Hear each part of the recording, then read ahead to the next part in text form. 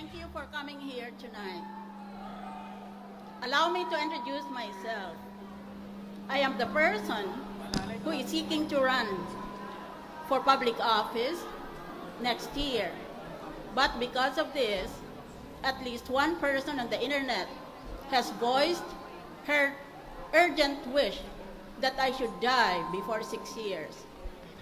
It is up to you whether to accommodate the macabre wishes of that person.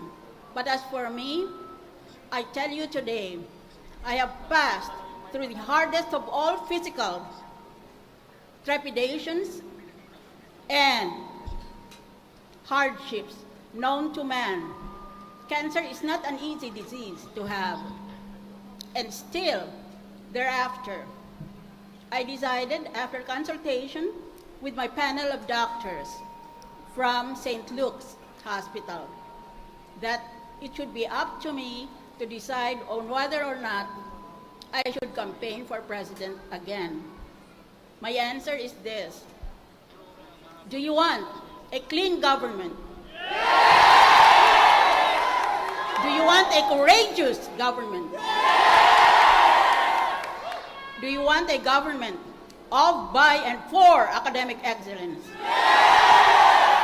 If that is the case, do you want me to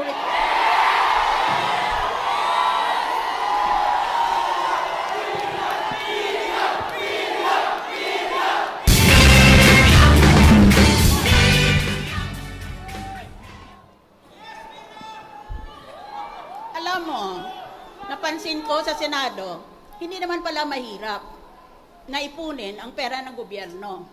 Ang problema lang sa atin, sa bansa nating ito, ay una, ang nagsasalita, yun din ang magnanakaw.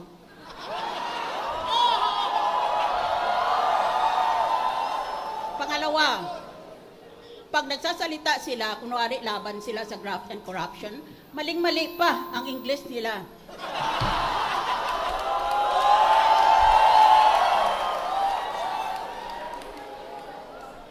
At pangatlo, ninanakaw nilang pera ng gobyerno para pag nakuha nila lahat ng pera, ibibili nila uli ng boto ng taong bayan. At sa ganung paraan, wala nang katapusan ang pagnakaw ng ating pera. This must stop.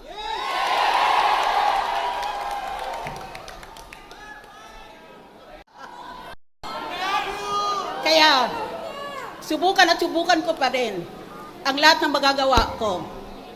Itong tumatanda na ako.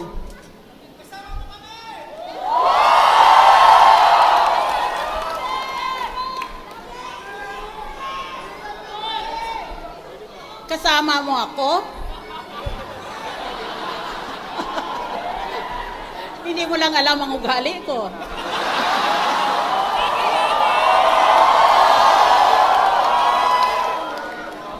Basta ako, isigi ko at isigi itong aking laban sa ating bansa. Nag-eskwela ako sa Amerika, nag-eskwela ako sa England. Kung saan-saan ako nag-eskwela. Hindi ako tatanggap na matatalo ako ng ano pang bansa. Tayo ang magaling. Filipinos, believe in yourself. Have faith in the Filipino. For, as poetry says, it matters not how straight the gate, how charged with punishments the scroll. I am the master of my fate. I am the captain of my soul. Come and join me, and thank you very much for becoming the captain of your soul.